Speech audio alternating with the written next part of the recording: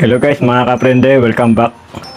Welcome back to my YouTube channel, Friend Teach Vlog. May gagawin na ako ngayong amplifier, Sakura. Galing sa kaibigan din natin, technician to. Akala nyo nung una, volume control lang. Ayan o. Mga volume control lang, wala raw sounds. So nagpalit siya ng mga volume control.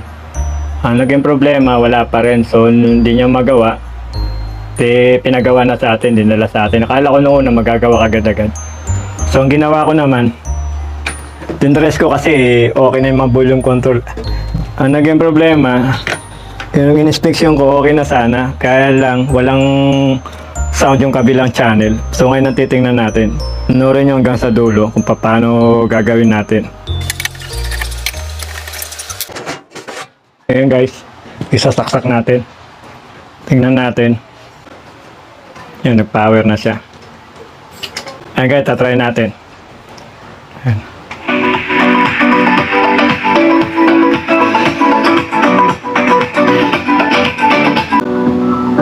Pagigana sa kabila, wala. Ayan, wala oh. Ayan oh. Pag ano natin dito, meron sa kabila. Sa kabila, wala oh. Isang channel lang meron. Kabilang speaker, wala. Pero naka ano yan. Naka A and B. Tapos yung input function niya naka BCT. Tapos volume. Yan.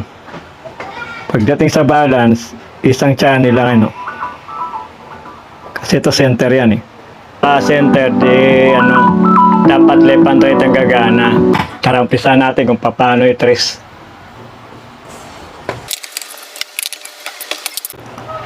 Tatanggalin muna natin to guys. Ang pag kanon yan, pag troubleshoot para hindi kayo mahirapan, tanggalin nyo na muna yung mga hindi kailangan kagaya ito sa volume control. Tatanggalin muna natin to pansamantala. Para hindi tayo mahirapan pag nagtutrouble. Ayan, tinanggal ko muna. Ang sabi niya sa akin, nagre-relay naman daw ito yung relay. Nakita ko nagre-relay. Ngayon, kung mapapansin nyo, bago na yung mga volume control.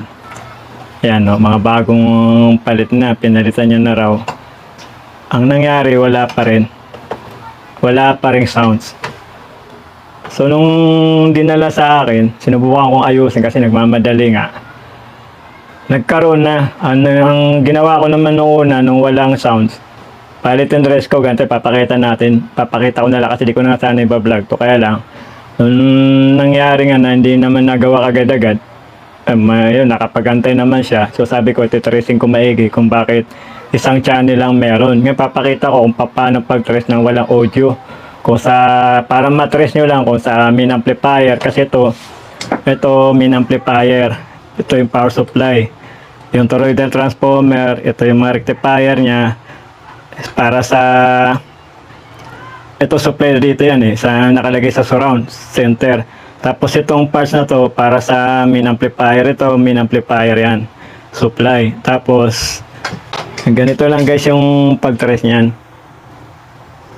Ito input galing ng main amp, pumunta dito yan ng tone control. Ito yung output, pumunta ng output yan. Tapos itong volume control, ito yung sa input din to, kung saan galing dito yan.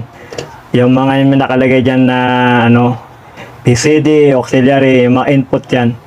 Dito naman yan pumunta ng volume control natin. Kasi dito manggagaling yung input. Tapos tone control out.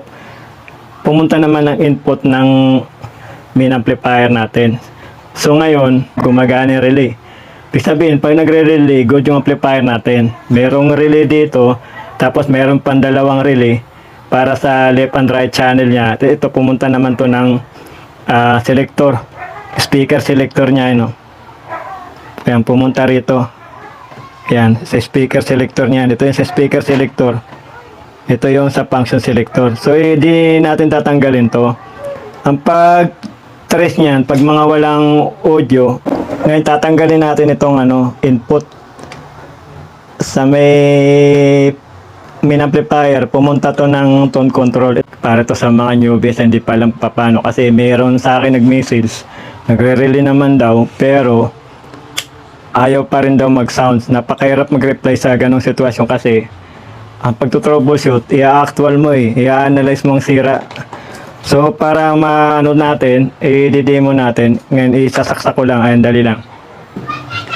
Dapat guys, pag ganyan na walang sound, tapos minsan, di ba dito sa input natin, sa jack, inaano natin kung may audio, ino-audio test natin. Dapat dito magkakaroon yan power natin Yan. Yan, naka-power na yun Dapat dito pa lang, pag ano natin, magkaka-sounds na to Pag i-audio test na dito, kabit muna natin to dito. Kakabit muna natin tong tinanggal natin na sa main input ng amplifier. Kinabit ko muna. Dapat pag mag-audio test ka, dito pa lang sa main volume, pag ginawakan mo to, meron dapat, wala siya. Wala kang maririnig na sounds. Yung kabila, meron na yan, ganyan, meron dapat, diba? Pero nung sa akin, wala pa, walang ganito. Yan, dapat meron, di ba? Kasi nandito yung input niya. Pero yung kabila, pag inano mo, wala, Dito lang sa baba. Nalala ko tuloy guys, nung bago-bago pa lang akong gumagawa. Yung iba, pag itong dulo ng daliri, nilalawayan nila, tapos igaganon nila,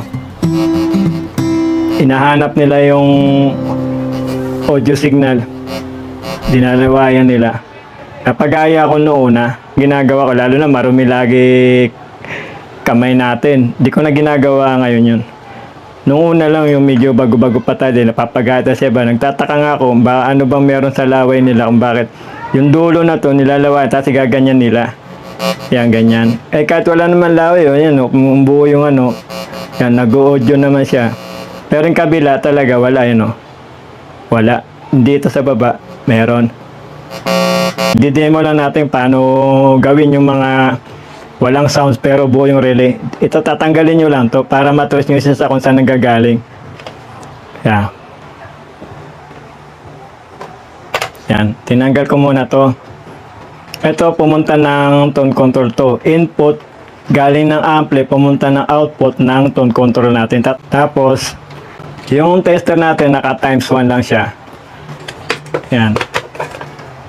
At times 1 lang. Hawakan lang natin yung dulo ng tapos ito yung pang susundot natin. Ganyan lang. Yan. Yan. Kung mapapansin nyo, magkabilaan meron. Yan. Ayan. Ito yung audio check natin kung para malaman lang natin kung sa main amplifier ba ang problema, sa tone control ba, o sa salpakan din ito ng mga input jack. So, ito hawakan nyo lang to ang dulo. Kasi pwede na kahit nyo nahawakan, kaso nga lang mahina. Kasi napaka-importante sa gumagawa. Una-una, chinecheck lagi natin. B plus saka ground. Yung dalawa na yun, yung pinaka-importante, B plus saka ground. Kasi kung mahina yung grounding natin, may hirapan din na mag-normal ang B plus. Kailangan, naka tayo lagi sa B plus. Naka-double check tayo lagi sa B plus. Ngayon, hawakan lang natin.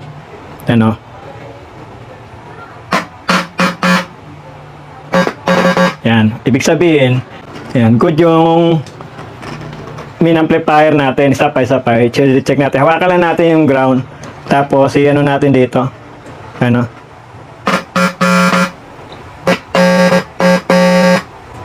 subukan natin yung bitawan ng ground. Mahina, di ba? Mahina. Kasi walang ground. Nantala kung hawakan natin yung ground, ang lakas ng audio signal Ibig sabihin, walang problema rito sa main amplifier. Ngayon, pupunta naman tayo dito sa natin, tone control. Ngayon, kakabit na natin to.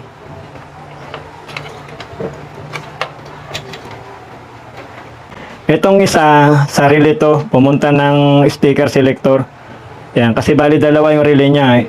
Yung pinaka-main relay, saka yung dalawang relay para sa left and right niya. Ito, kung saan itong wire na to, di mo kailangan tanggalin to kasi pag tinanggal mo yun, hindi gagana yung relay mo kasi may function selector dito. Ito yung sa speaker selector niya. Yan, ito yun. Kaya huwag mo tatanggalin, ito lang. Kung i-check mo yung main amp mo kung buo sira. Tapos dito guys, ganun din. Ihawakan mo lang din ang dulo sa volume control yan. Volume control yan. Gaganyan mo lang din yan. Yung kabila wala talaga, oh. Wala, di ba? Wala. Tapos, pupunta tayo ng tone control kung saan yung balance sa ano niya. Yung sa balance niya. Titingnan natin ngayon.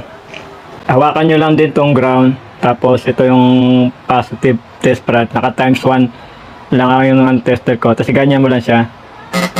Ibig sabihin, meron. Yung kabila, meron na.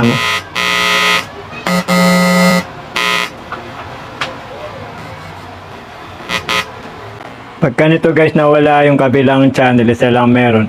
Gagawin nyo dyan, check-upin nyo rin yung mga wiring. Yung mga ano nito. Yung mga wiring connection nya. Yan kung saan pumunta. Tingnan nyo kung baka may putol, may nag-loose dito. Kasi itong ginawa nung kaibigan natin technician, binalikan ko rin yung mga ginawa niya, inisaysa ko. Okay naman yung mga wiring niya, wala namang problema. Kaya pala guys ito, yung dinalawa lang sound, kaya pala nagka-sound kasi to. Ang ginawa ko lang naman dito, niresolder ko lahat, yung tinatawag na old solder. Siyempre pagka gumagawa tayo, mayroong mga bagay na minsan, imbis na mabuo natin, yung mga dinaanan natin, babalikan natin yun, isi-check natin ni Cesar. So ganun ang ginawa ko. Nag-resolder ako dito, nakita ko dito may mga loss. Siguro lalagay ng jack, laging ginagalaw, inaalog-alog ng ganun yung RCA. Nagkaroon ng lost contact dito, kaya ni-resolder ko yan, kaya nagkaroon din ng sound. Yan guys, hahanap tayo ng signal.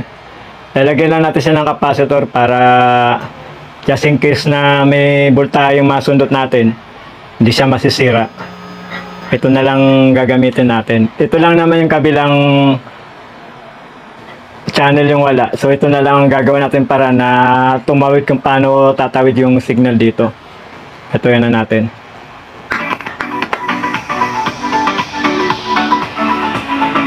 Ayan guys, oh. Ayan, pares na nako-control na yung kabila. Ayan.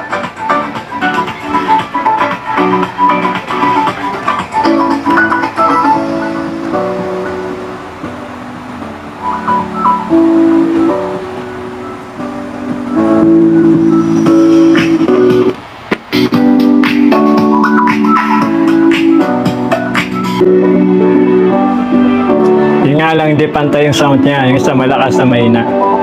Pero hindi naman halata. Pero kailangan gawin natin perfect. Inaanan natin yung volume. So hanap tayo sa iba.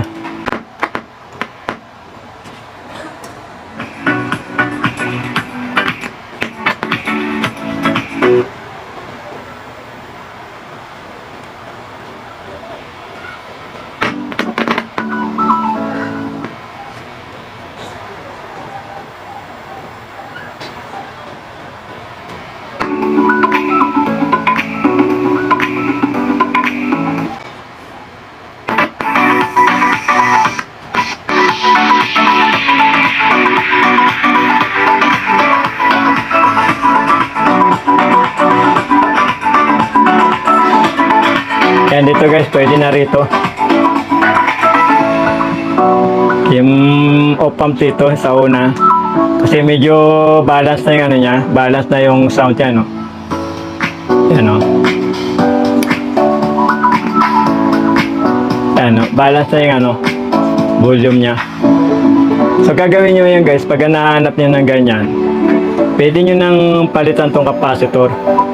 Eh, ano ko lang ha, ayan, no? Wala yan, dapat yan, meron yan eh. Yan. Kasi yung kabila, meron eh, no? Yan, no? Dapat sa kabila, isang speaker naman dapat nagagana, wala. So ngayon, dito tayo kukuha ng signal para sa isang channel dito.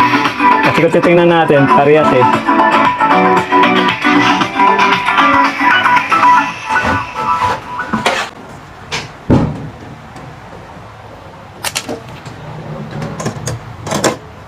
So ang gagawin ko ngayon guys, bali mag-ano lang ako ng capacitor, dumi ng kamay ko. Ayan, capacitor 10U at 25 volts saka resistor na 100 ohms. Ayan. Bali, ito na yung ginawa ko guys. Bali, itong kabilang balance volume to, yung kabilang dito wala. Ito lang sa kabilang meron. So, ginawa ko na lang ng para kasi ang hirap talaga. Sinubukan ko mag, ng IC, wala pa rin eh. Buo yung IC kasi may kompleto naman ng supply. So, ito na lang ang pinakamagandang paraan talaga. Nagano ako ng 10 ohms sa capacitor na 1050 volts. Tapos ito, lagyan nyo na lang to para hindi mag-short. Yan, balutin nyo na lang ng ganyan. Yan. Ayan, try natin.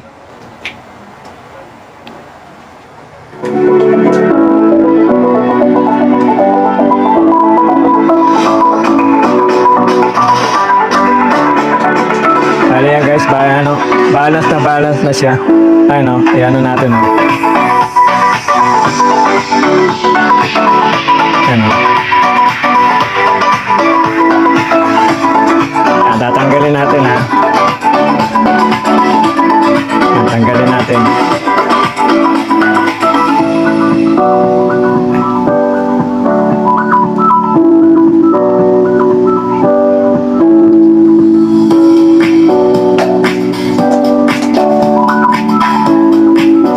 Ayusin lang natin. Natanggal sa hinang.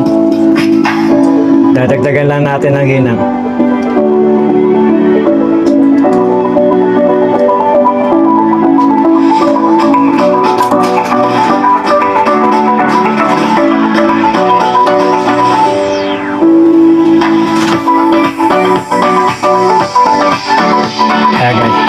Ano lang.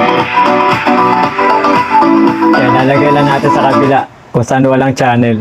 Yan, tapos itatap natin to. Yan o. Yan, ganun lang.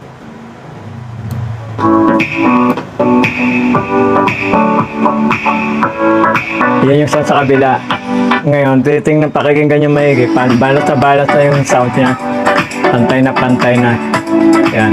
Tapos sa kabila, kabit natin to.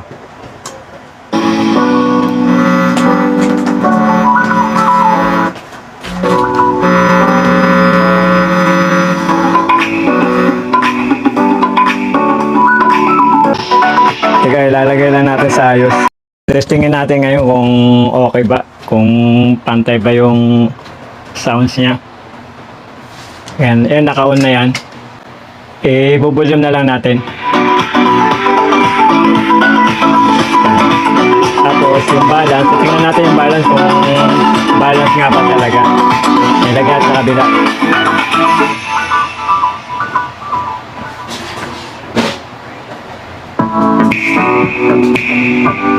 Ayan guys, oh. Ito yung kabilang speaker to, wala. Ito sa kabilang meron yun. Yan. Ngayon, ibababa natin to. Sa kabila naman, tingnan natin. Ito na mga meron yan, oh. Kabila naman yung wala. Yan. Ayan. Wala, di ba? Ibig sabihin, okay siya. Ayan, gitna natin. Ayan, balance na siya. Yan ang gamit ko guys na speaker, yung maliliit. Yung sa surround speaker ng mga Sony ng